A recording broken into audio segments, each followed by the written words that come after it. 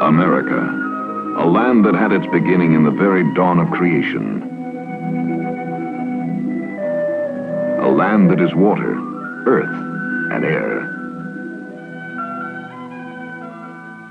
A land where the daring and courage of man has carved a giant country out of these ancient elements.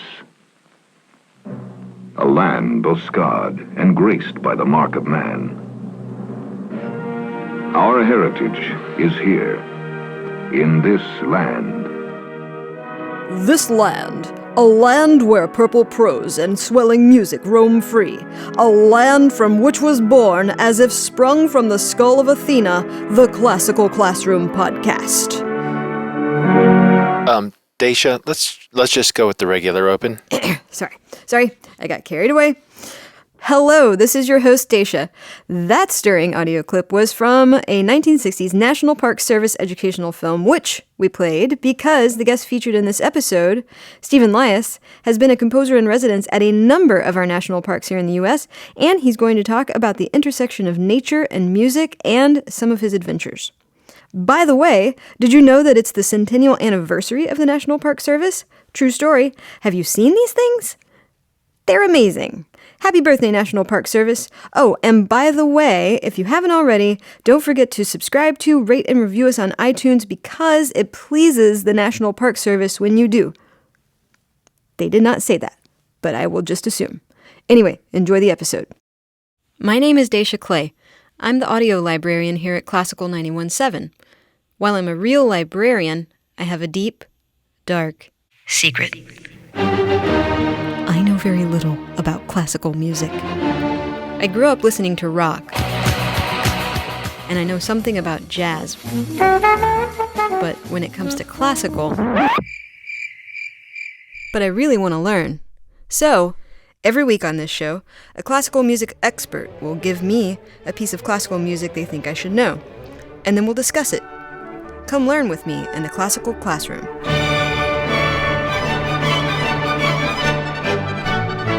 Hello everyone and welcome to the Classical Classroom. I'm Daisha Clay and here with me today is composer Stephen Lias.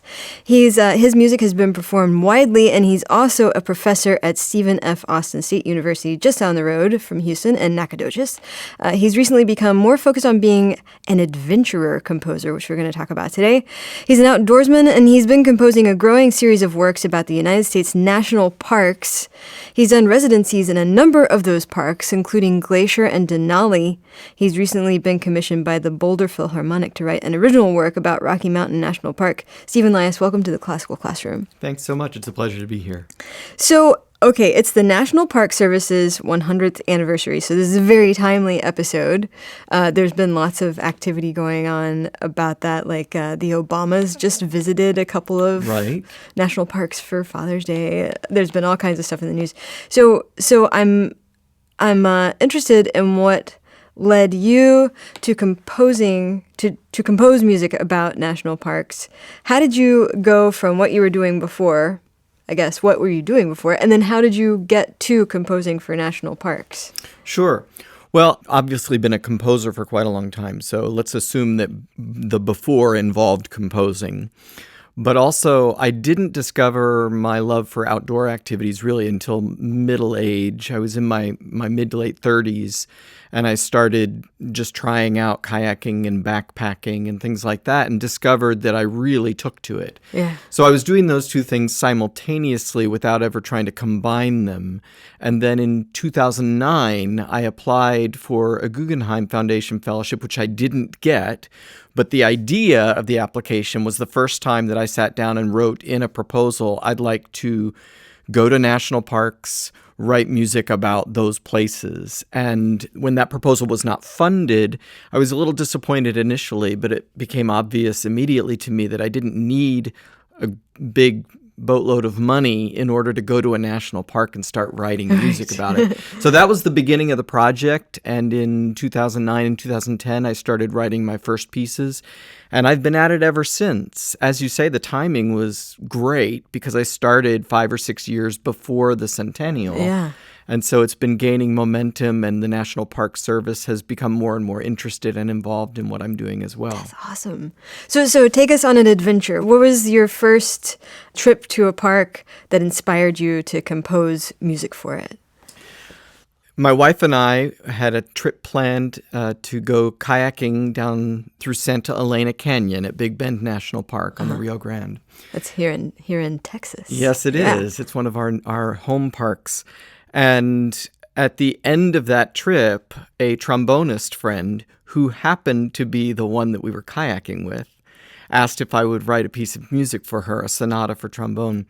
And it ended up that I wrote it about our shared experience paddling through that canyon. So there are three movements to it. The first movement is about the excitement and anticipation of setting out. The second movement is a slow, somber movement about this part of the river called the doldrums, where you have to work very hard and stare at one mountain for a long time. And then the last movement is called Rock Slide, about the very dramatic set of rapids that you have to paddle through if you're going to go through Santa Elena Canyon. So it's a kind of a what we would call programmatic. In other words, it tells a story and tries to get the listeners to vicariously have a little bit of that experience that we had. Sounds kind of like a tone poem, almost. Yes, it is a lot like a tone poem. Tone poems tend to be a little more general in their goals. They'll capture a mood or a feeling. And I've written some pieces that are very much like that. Yeah. Whereas when we use the word programmatic, we generally mean a very specific description that the music is trying to portray. Okay. We should hear some of that. Sure. And actually, before he plays it, let me describe how I came up with the opening music, and then we can play the opening of the first movement of River Runner. I was writing this piece, and I knew that opening movement needed to capture the kinetic energy, sort of the adrenaline and anticipation, but also the frustration. You're setting out on an adventure, and you're all ready to go, but all the gear won't fit in the boat, or you've left something in the car, or you don't have enough of this or that, or you don't have enough bungee cords. So there's always frustration and excitement, and I wanted to alternate between those things. So I knew the piano would have some sort of kind of energetic. And I didn't know what to do with the trombone. And I was stumped on this for days. And finally, as I was driving home one day, I just said, well, I'm going to say out loud to myself what it is I'm trying to portray in the music. What were we doing? Well, we were getting all the gear out of the car and throwing it on the ground. Getting all the gear out of the car, throwing it on the ground. Getting all the gear out of the car, throwing it on the ground. And literally, the music for the whole first movement came out of that idea, and I ended up writing lyrics for a trombone sonata, mind you. No one knows the lyrics but me and the trombonist. But I wrote these lyrics and then set it to music almost like it was a Broadway musical. And it worked out very well. Occasionally we perform the piece with the lyrics so the audience can see them, but most of the time we do it without. Nice. So as your listeners are hearing the opening of the first movement of River Runner, which is called Lahitas, they'll hear that boo-ba-da-ba-doo, ba-ba-ba-doo, ba-ba-doo, ba-ba-doo. And that's what's happening. Yeah. Awesome. So this would be Deb Scott, amazing kayaker and pretty good trombonist as well, and pianist Ron Petty.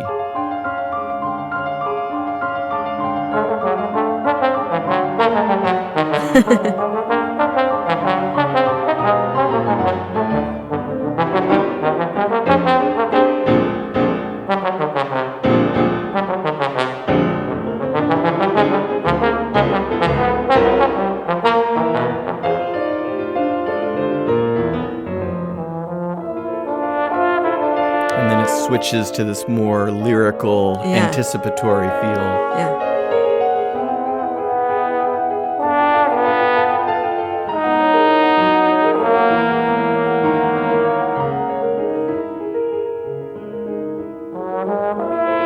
So you may have already addressed this. Is the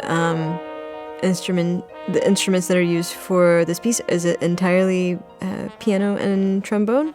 Yes. Generally, if we use the word sonata for something, and this Yeah. is a trombone sonata, that generally means some instrument with piano. Not exclusively I so, did but not know that. yep. Generally, that awesome. is the case. And so if you hear someone refer to a violin sonata, they're probably talking about a piece for violin and piano. Oh, that's one of those words I've never thought to ask what it actually means. Right. Well, the original meaning of the word had to do with touching, with actually touching the keys of the instrument. Or sonorous is another word that has the same root as sonata. Yeah. But nowadays, it generally means a work for some instrument and piano. And piano. And then also it has the added connotation of it's usually in multiple movements, so multiple sections. And Okay. this one has 3. Most sonatas have 3. There are some that have 4. I see.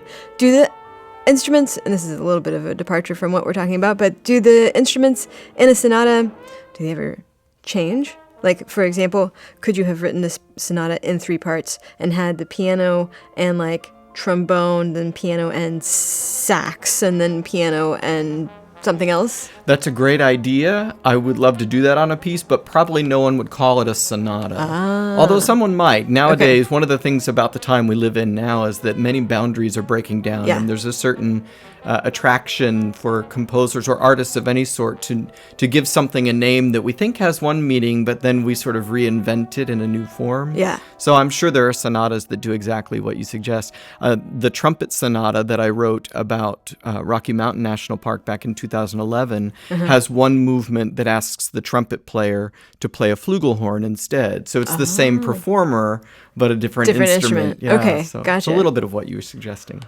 I'm curious, and I want to hear some more music, but I'm just curious about your creative process. When you go to parks, I know you said you just kind of, independently of your composing music, you got interested in going to the great outdoors and doing all kinds of adventure-y things, and which sounds amazing, by the way.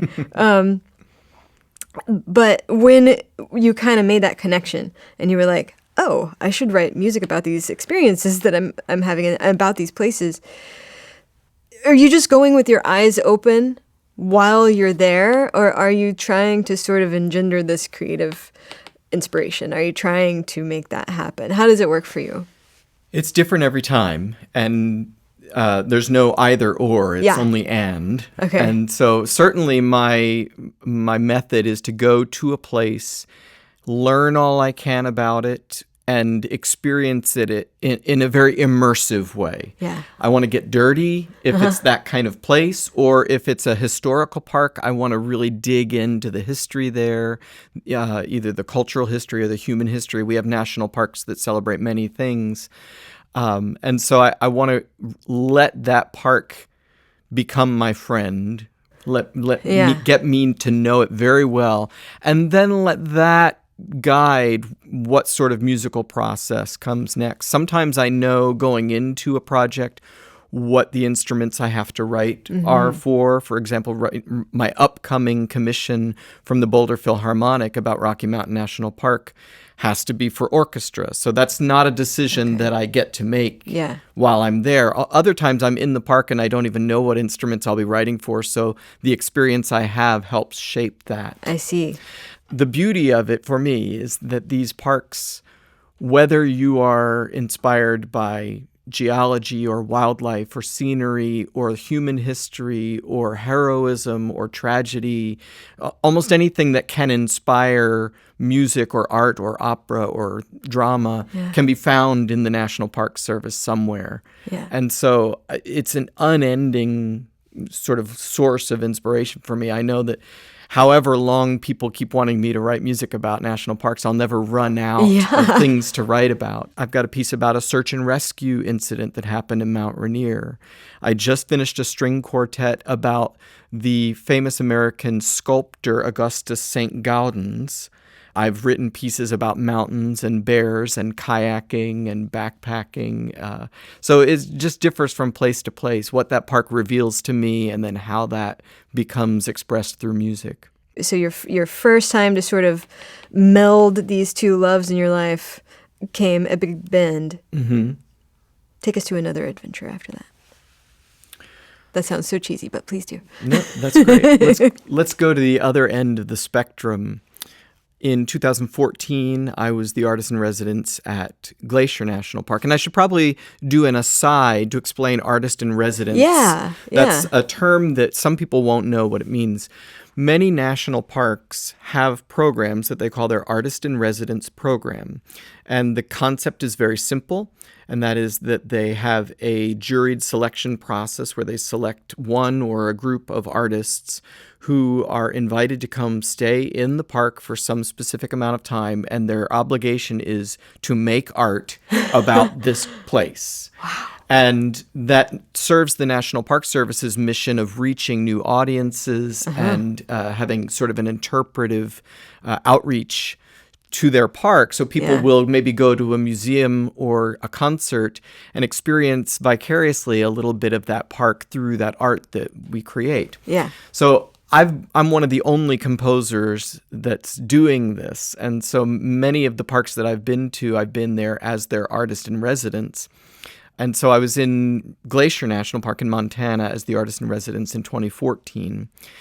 And what became clear to me right away is that both the landscape and the human history there is really the sort of the Old West we all romanticize and imagine, with horses and guitars and steam locomotives and grand lodges and beautiful, beautiful scenery.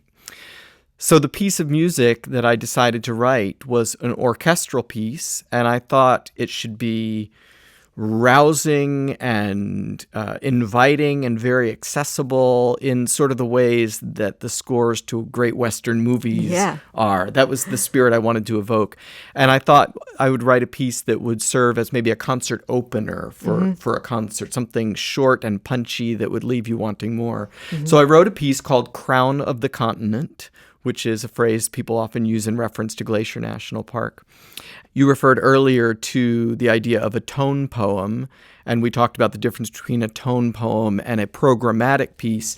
This piece, I think, falls much more under the umbrella of tone poem. There's no moment in the piece where I'm trying to depict a specific mountain or a bear or a train, but all of those things sort of mixed up together create this feeling that the music evokes. Okay, and is that like the distinct difference between programmatic music and tone poem, where programmatic music is telling a story? For example, I just heard the Romeo and Juliet. Romeo and Juliet's a great example of a programmatic piece. Certainly pieces like Mussorgsky's Pictures at an Exhibition, even The Flight of the Bumblebee, although that's a very, very small program, it's something specific. It's a storyline that people understand. Don Quixote is another story that's been musicalized many times.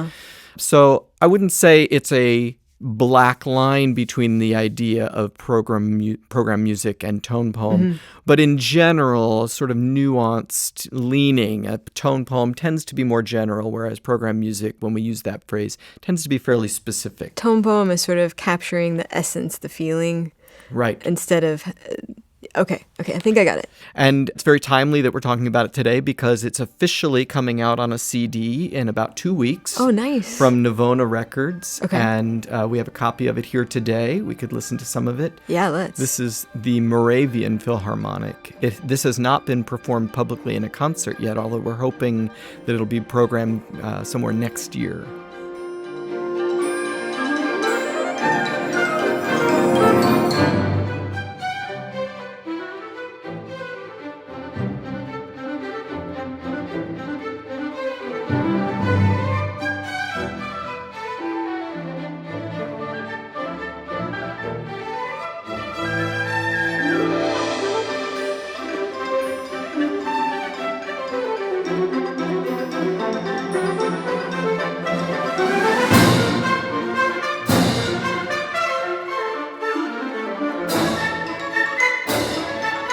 Totally has that Wild West sound to it. Good. My work here is done. I'm thinking of a piece it reminds me of. Is it Aaron Copland? Very good. Thinking about? Sure. Now, I didn't set out to write a piece in the style of Aaron Copland, but he's got that sound. I did set out to write a piece that captured horses and mountains and trains and influenced by country fiddling and guitar playing. Once you make those decisions, you're making some of the same decisions that Aaron Copland made. Yeah. And so, yes, there's certainly a sense in this music that it's based on some of the same things that Aaron Copland's music is based on. A nod, like of that to that flavor, sort of. Right. Yeah.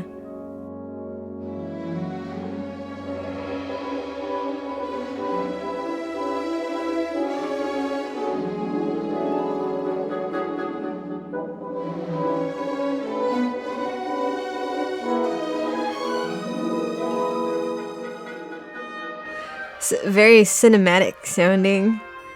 Well, the landscape there is cinematic. Yeah. I mean, if you've been to Glacier National Park, many of your listeners will know what that looks like. You just look at it and you hear a film score in your head. Yeah. So, this music makes me want to ask, what is the craziest adventure that you've had at one of these parks? I mean, you've visited tons of them. I think I read that you've done 12 compositions so far. Yes, actually 13 are completed. As of last week, I just finished the string quartet about St. Gaudens National Historic Site. And so what's the craziest adventure? Well, I can tell you what the most strenuous and extreme one was.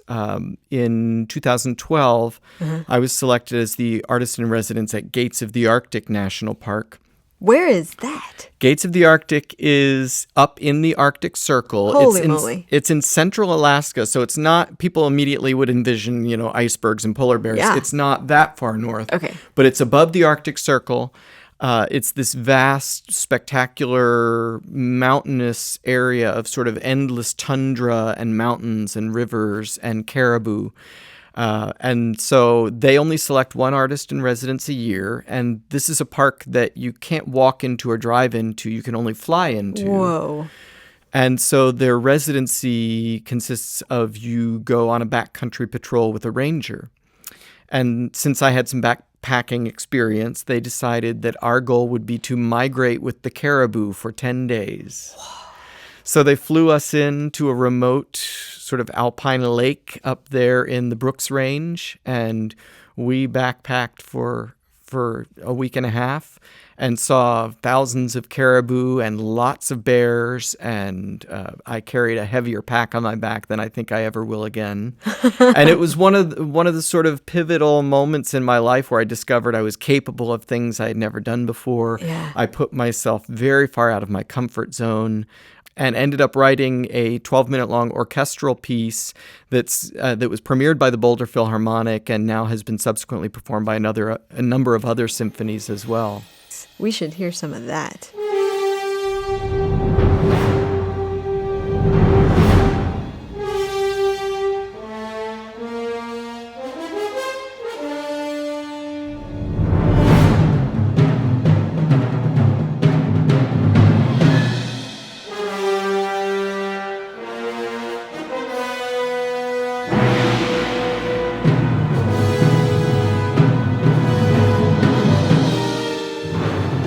This is fantastic because, right now in Houston, it is summer and it is just gross outside. Right.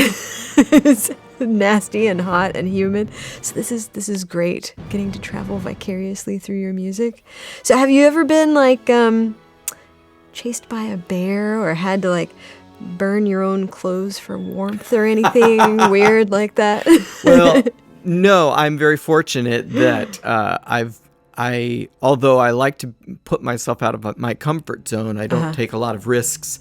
Yeah. And so I've seen lots and lots of bears. I've never been charged by one, fingers crossed. Yeah. But I've seen plenty of them and have grown a little more comfortable with how to behave. In fact, within the week, I'll be leaving for Alaska. I go there every summer, and now I lead a workshop called Composing in the Wilderness that is offered by Alaska Geographic and the Fairbanks Summer Arts Festival. Wow. So I'm now in the position where I'm training other composers in how to behave around bears.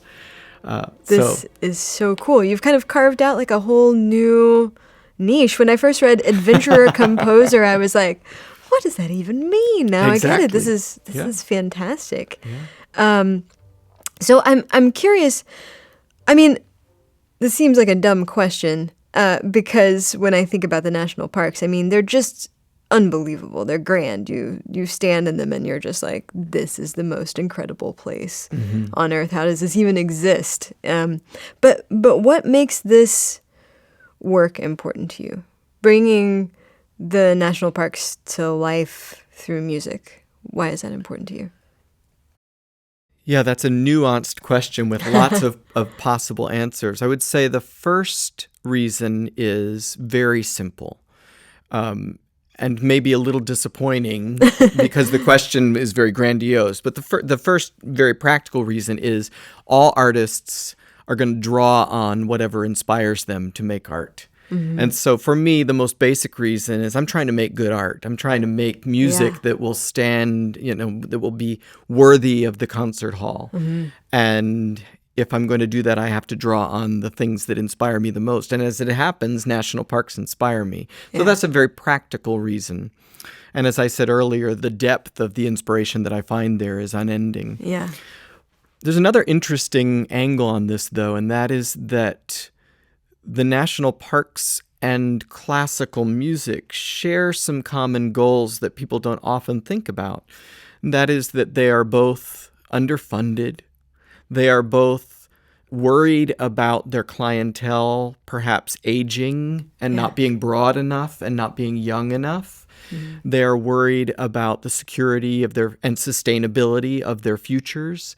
And so those common goals actually make it kind of a nice match because as I'm writing music about a park, I'm doing missionary work for the Park Service, but I'm frankly also bringing people into the concert hall who might not be interested in music by a living composer, but they are going to come to this because it's about Grand Canyon or Yosemite or Big Bend, and that'll attract them into the concert hall. And so I'm doing missionary work for contemporary music as well. Yeah, that's amazing to think about those shared concerns that the parks and classical music and frankly so many of our important institutions have right now.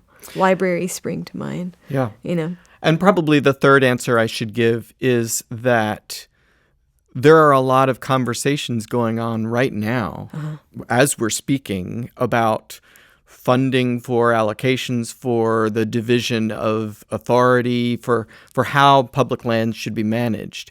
And many artists take a very public position on where they fall on that spectrum. I don't necessarily. However, what I do think is that the people making those decisions should go see the places, go be connected with those places. Yeah.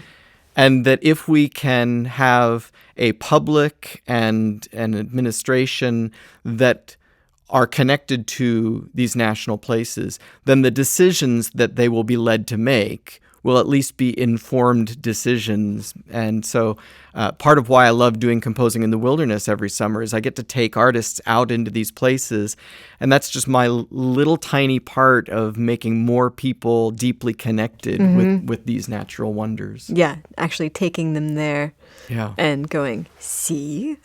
Right. And frankly, it's also very fun to watch what the same experience will produce in 9 other composers. Yeah. Because they all come to it with their own musical aesthetics, their own ideas, and their own personal viewpoint on that experience, and so they all write very, very different music, which is really thrilling. Cool. Well, before we wrap up, we should hear one more piece of music. Where shall we travel to now? Sure, let's travel to Yosemite. Okay. A park that many, many people know. And in fact, many people know this park through the eyes of Ansel Adams. Mm-hmm. A whole lot of people who have never been to Yosemite know what it looks like because of these iconic photos of Ansel Adams that everybody's got in their dorm rooms and over their couches. And I was working with a good friend of mine, Nathan Knabb, who's a saxophonist who plays here with the Houston Symphony. And he challenged me to write a sonata for saxophone. And he asked if it could be about a national park, but but let's do it through this other lens. And so we decided to do a 4-movement saxophone sonata about Yosemite National Park, but instead of my experience there, to select 4 images of Ansel Adams and use each of those images as the inspiration for each of the 4 movements. So the 4 movements are Winter Sunrise, Vernal Falls, Jeffrey Pine, and Clearing Winter Storm. We should also mention that you are a photographer, and if people go to your website, they can see some amazing photographs of these parks and of other things too. Yeah, that's something that's gaining momentum as well. I started doing it to collect inspiration for my pieces so that when I go back to compose, I can surround myself with these photos. But more and more performances are being accompanied by projected image. And so I'm finding there's a lot of interest in performing my pieces with images, projected. That's what we've done with Gates of the Arctic and Glacier Bay and Denali. Cool. So, yeah, I've gotten more and more into the photography thing. And actually, right now, there's a photo exhibit of mine hanging at Marsh Billings Rockefeller National Historic Park in Vermont. That's super cool.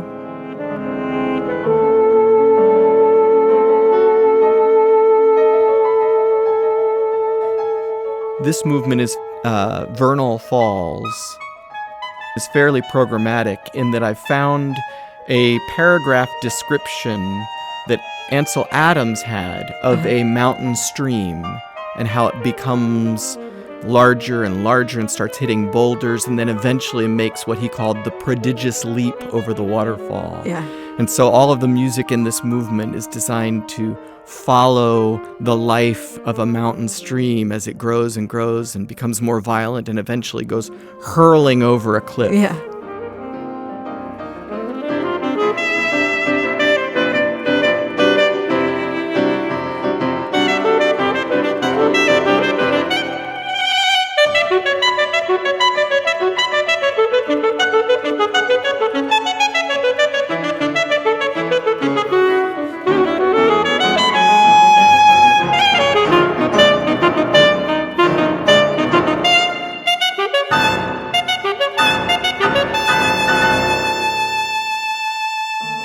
And then the water smooths out.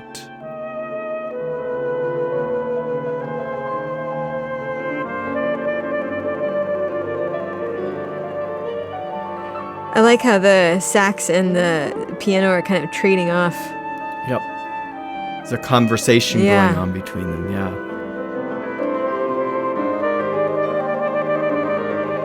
I don't know if it's just the instrumentation, but it reminds me of some more like modern jazz that I've heard.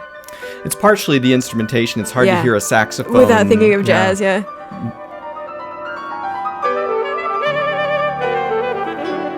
This has to be really challenging to play. It's blisteringly hard. This is the hardest single movement I've ever written. And this amazing performance with Nathan Knabb and James Pitts is a pleasure to listen to as a composer. Well, Stephen Lias, thank you so much for coming in and doing this episode of Classical Classroom with me. It's been a real pleasure, and I feel like I've had like a little break from the horrible heat outside through your music, so thank you. Well, I'm so honored to be here, and it's been a great pleasure to talk to you. So you guys should go check out Stephen Lias' website if you can. It's got lots of awesome pictures and lots of information about what he's currently doing. That does it for this episode of Classical Classroom. For more Classroom, go to houstonpublicmedia.org/classroom. Follow us on all of the social media links that you'll find there on that page. Email me at dclay@houstonpublicmedia.org. Subscribe to us, rate us, and review us on iTunes, because it's awesome when you do. Thanks today to audio producer Todd Holslander for making us sound nice. Also, Mark DeClaudio seems to be on the board, so thanks to you too for that, I guess. Thanks to Mark DeClaudio for his piercing John Denver eyes. Thanks to Stephen Lias for making the trek to the station today. Thanks to Joshua Zinn for helping us coordinate this interview. Thanks to me for saying words, but most of all, thanks to you for listening. We'll catch you next time. Remember, only you can prevent forest fires.